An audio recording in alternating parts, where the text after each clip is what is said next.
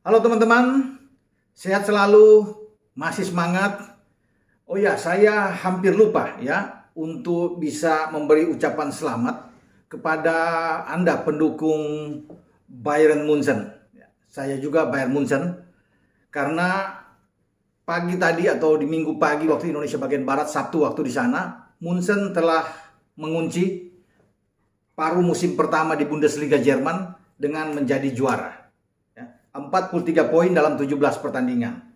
Kemarin mereka di Allianz Arena mengalahkan Wolfsburg dengan 4-0.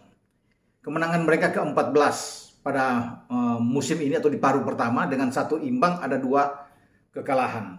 Poin mereka 43, unggul 10 poin di atas peringkat kedua Borussia Dortmund dengan 34 poin. Karena dalam pertandingan bersamaan Dortmund di luar dugaan dihajar oleh Hertha Berlin dengan 3-2. Jadi banyak kejutan-kejutan yang terjadi kemarin, termasuk RB Leipzig kalah dari Armenia, Bielefeld.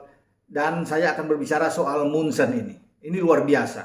Yang tadinya hanya 1 poin berselisih dengan Dortmund, kemudian dalam 3 pertandingan terakhir itu melebar begitu cepat sampai 10. Bahkan mereka menjadi tim paling subur ya di paruh pertama ini dengan mencetak gol 56 gol, hanya 16 kemasukan.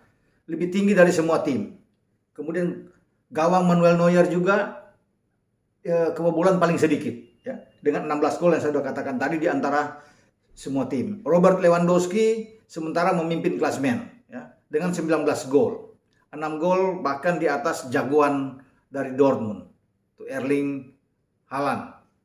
Kemudian Thomas Müller juga menjadi pemberi assist, pemberi umpan terbanyak dengan 13 assist. Jadi memang dikuasai oleh anak-anak Munchen ya di paruh pertama ini.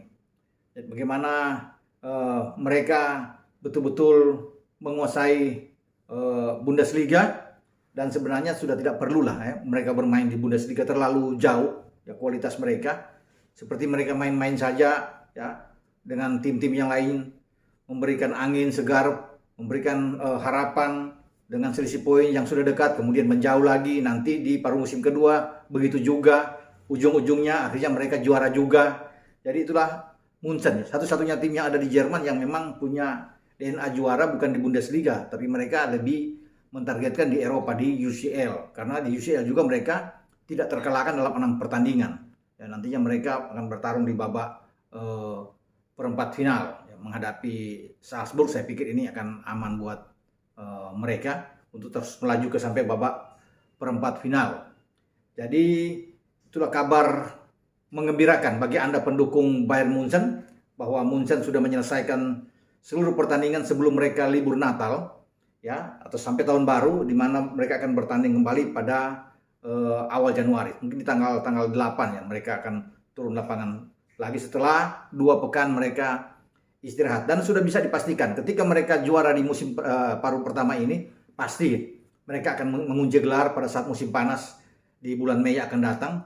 Tidak ada yang meragukan itu, karena mereka memang gapnya jauh sekali, kualitas pemainnya oke ya, pemain-pemain antar lininya juga semua bagus, dengan pelatih muda mereka yang didatangkan dari Leipzig, Julian Nagelsmann, setelah menggantikan Hansi Flick yang naik pangkat untuk bisa menangani tim nasional Jerman.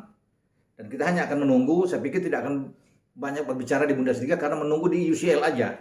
Mampukah mereka bisa meraih gelar ke-7 ya di UCL, karena mereka sedang diunggulkan saat ini sebagai penantang terkuat di antara wakil-wakil Inggris yang ada ya, City, Liverpool, Chelsea, MU, dan Munchen yang konon paling ditakuti ya. Di samping juga ada penguasa di Eropa, Real Madrid dengan 13 gelar. Saya bergeser ke Inggris balik.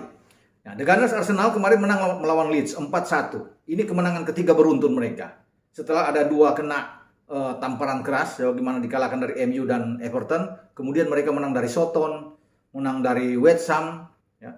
Dan sekarang mereka menang dengan 4 gol. Baru kebobolan setelah 2 pertandingan sebelumnya clean sheet Soton dan West Ham. Sekarang mereka bisa membuat 4 gol di Ellen Road, di markasnya Leeds United. Jadi kalau total mereka sudah mencetak sekitar 9 gol dalam 3 pertandingan. Hanya 1 kebobolan. Ini suatu hal yang bagus. Ya. Mereka ada di peringkat keempat. Memang West Ham masih menabung satu pertandingan. Dengan MU ada 2. Bahkan ada 4 pertandingan dengan Spurs. Segala sesuatu masih bisa berubah. Ya. Namun setidaknya ini tidak pernah terjadi juga di mana Arsenal itu sekarang ada di peringkat keempat. 5 poin di belakang peringkat ketiga juga tim sesama London. Chelsea. Ya, kalau Chelsea bisa juga menang mungkin akan menjauh lagi, akan 8 poin dengan Arsenal. Tapi 3 laga terakhir saya pikir pasukan Mikel Arteta ini oke lah. Berlari dengan sangat bagus. Bahkan 3 anak muda mereka itu menjadi pemain muda paling gacor, ya, paling banyak membuat gol kalau digabungkan dengan 3 pemain mereka, yaitu Gabriel Martinelli, Smith Rowe, kemudian dengan Bukayo Saka. Ya. Smith Rowe membuat 7 gol, ya, 7 gol membuat saat ini dengan 2 assist. Kemudian Martinelli 4 gol 2 assist. Bukayo Saka 3 gol 4 assist. Jadi semua ada assist dan semua ada gol. 14 gol jumlah dari ketiga pemain ini, pemain muda di antara 19 tahun dan 20 tahun. Di antara mereka juga membuat 27 gol. Jadi dari 27 gol mereka, itu 14 gol di antaranya disumbangkan oleh 3 anak muda ini. Jadi bagus, regenerasi yang dibuat oleh Arteta dengan pemain-pemain mudanya berkembang dengan sangat baik. Dan itu sudah ditunjukkan dengan Smith Rowe, Martinelli, Xhaka, bahkan Xhaka dan Smith Rowe juga dipanggil oleh Gareth Southgate ke tim nasional. Jadi perkembangan mereka, progres ke depan ini oke. Setidaknya ini satu modal juga bagus buat Arsenal, karena mereka nantinya kan di Boxing Day akan ketemu dengan, mereka harus ke Norwich. Norwich ada di bawah. Peluang menang terbuka sekali. Tapi sebelum ke Norwich, mereka akan bertarung pada tanggal 22 nantinya di perempat final Piala Liga melawan Sunderland. Dan saya kira mereka akan aman. Mereka juga akan terus bisa melaju, ya. Ketika mereka bisa mendapatkan lawan Sunderland, mungkin mereka akan sampai ke babak semifinal dulu. Itu bagi progres bagi Arsenal. Ya. Semoga mereka tetap konsisten ke depan. Ya. Sekarang saya bergerak ke La Liga. Barca menang melawan Elche yang sekarang di peringkat ke-16 dengan susah payah. 3-2. Hampir saja mereka bermain imbang lagi.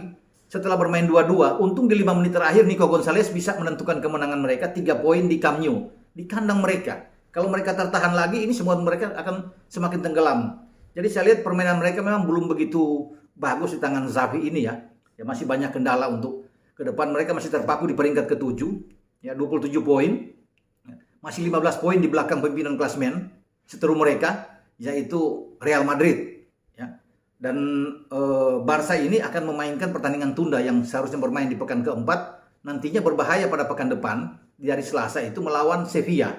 Sevilla ini ada di peringkat kedua di klasemen sementara La Liga, ya. Mereka hanya 5 poin di belakang Real Madrid. Jadi mereka terus akan menempel Madrid. Mereka akan bermain di kandang untuk bisa menerima Barca. Dan berbahaya karena Sevilla ini kemarin juga menang melawan juara bertahan Atletico Madrid di kandang mereka dengan 2-1. Ini juga menjadi alarm penting bagi Xavi. Tidak main-main, bukan tidak mungkin mereka bisa kalah saat melakoni laga tandang ke markas Sevilla. Atau paling tidak bermain imbang karena Sevilla lagi sedang bagus-bagusnya. Ya.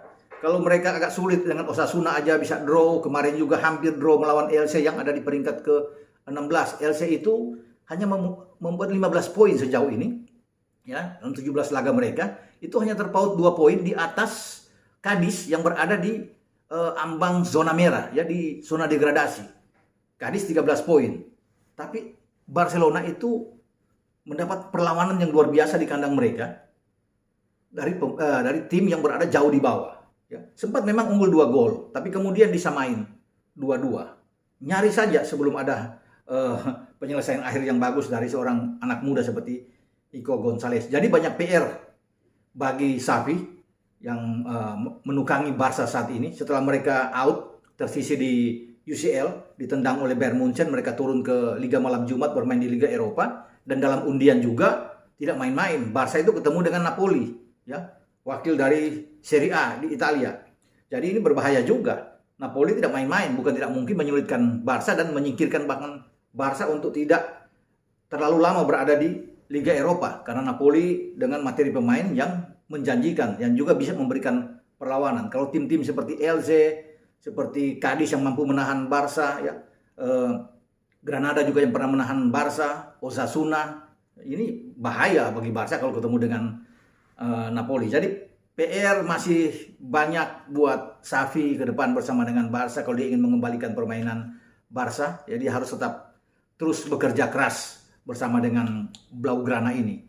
Dan kita bisa melihat bahwa Atletico nampak semakin sulit untuk bisa mempertahankan gelar. Kekalahan keempat mereka kemarin melawan Sevilla juga mereka tumbang. Sekarang Madrid agak tenang di puncak klasemen. Mungkin mereka hanya akan mengawasi Sevilla yang terus bisa mengikuti mereka di belakang ya. Jadi tidak boleh main-main juga. Tetap mereka harus mengawasi benar terhadap keberadaan Sevilla ini. Dan saya masih meyakini bahwa posisi Madrid itu akan terus sampai dengan di paruh kedua, bahkan mereka akan menjadi juara di paruh pertama ini di La Liga. Jadi itu perkembangan yang terjadi bahwa Barca bisa mendapatkan 3 poin, namun mereka masih dengan permainan yang belum seperti diharapkan oleh Xavi, dan pendukungnya Barca juga belum mengesankan kalau melihat bahwa mereka nyaris dipaksa bermain imbang oleh tim yang ada di papan bawah. Semoga Barca ini akan berkembang dengan baik, jauh lebih baik dalam beberapa pertandingan ke depan. Tentunya setelah Natal, masuk di Januari,